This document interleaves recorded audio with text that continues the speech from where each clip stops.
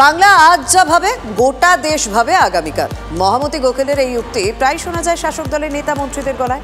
কিন্তু আজকে শিক্ষা ব্যবস্থার দিকে তাকালে এই প্রশ্নটাও করতে হয় যে বাংলা কি তার ভবিষ্যতের কথা আদৌ ভাবে? এখন যে প্রতিবেদন দেখাবো তার ফোকাসে আছে এই বাংলার ভবিষ্যৎ প্রজন্ম। গ্রাম বাংলায় সরকারি শিক্ষা ব্যবস্থার গোড়ায় যেন খুন ধরে গিয়েছে, কিন্তু খুন পোকা তাড়ানোর দায়িত্ব কে নেবে?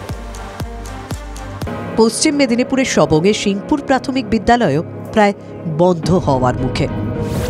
না, সরকারি কোনো ফতোয়া নয়, স্রেফ সরকারি উদাসীনতার জেরে। সোচ্চার অভিযোগ পড়ুয়া, শিক্ষক থেকে অভিভাবক সববার। স্কুলের মধ্যে বিভিন্ন রকম ক্ষোভ আছে, সেগুলো সাপটেও বেড়ায় মাঝে মাঝে। রান্নার সালটার অবস্থা খুব খারাপ, জল ফল পড়ে, যে ঝড় টড় যে হয়, ছেলেকে আতঙ্কেই আমরা পাঠাতে খুব ভয় করছি। খুব বাংলা শিক্ষা যা ছিল একদিন গর্ব করার মতো, কিন্তু আজ তার চেহারা এই ভাঙাচোরা স্কুল বাড়িটারই মতো। কোথায় পড়াশোনা করে এই ছেলে মেয়েগুলো দেখুন। নোনা লাগা মাটির দেওয়াল, যখন তখন চাঙর ভেঙে পড়ছে।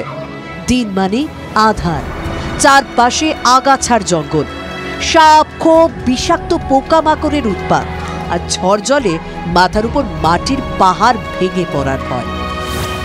এই নিয়ে কি আর পড়াশোনা হয়? বহু পুরনো স্কুল, মাটির বাড়ি খুব বিপজ্জনক পরিস্থিতিতে আছে। যখন তখনই সাপ বেরোচ্ছে, স্কুলের দেওয়াল ভেঙে পড়ছে, কারেন্ট চলে গেলে একেবারেই ছাত্ররা পড়তে পারছে না, অন্ধকার পুরো। বিধায়ক এবং মন্ত্রী সাহেবকে আমরা জানিয়েছি, এবং হ্যাঁ জানিয়েছি, ডিএমকেও জানিয়েছি, আমরা চিঠি পাঠিয়েছি এসআই অফিসে, ডিএম অফিসে, স্থানীয় এমএলএ, মন্ত্রী মশাইকেও জানিয়েছি। আমরা জীবনের ঝুঁকি নিয়ে এই প্রতিষ্ঠানে চাকরি বাঁচানোর জন্য আসি। সাক্ষরতার নিরিখে একসময় ক্রম তালিকায় উপরের দিকে ছিল পশ্চিম মেদিনীপুর, এখন যেন এই স্কুল বাড়ির মতোই তার দৈন্যদশা। এলাকার তৃণমূল বিধায়ক মানস ভূঁইয়া, রাজ্যের ব্যস্ত সেচ মন্ত্রী। রাজ্য জলে ভাসলে কেন্দ্রের টাকার দোহাই পারেন, কিন্তু ডাক্তারবাবু, এই স্কুলটাও কি কেন্দ্রের টাকায় হওয়ার কথা ছিল? সারা বাংলার সাথে তাল মিলিয়ে সবঙ্গে প্রচুর উন্নয়ন হয়েছে। মন্ত্রীমশাই নিজেও উদ্যোগ নিয়েছেন এই বিল্ডিংটা যাতে তাড়াতাড়ি করে দেওয়া যায়, কিন্তু মন্ত্রীমশাই এসে দেখেও গেছেন, কিন্তু তারপরেও উন্নতি হয় অত্যন্ত দ্রুততার সাথে।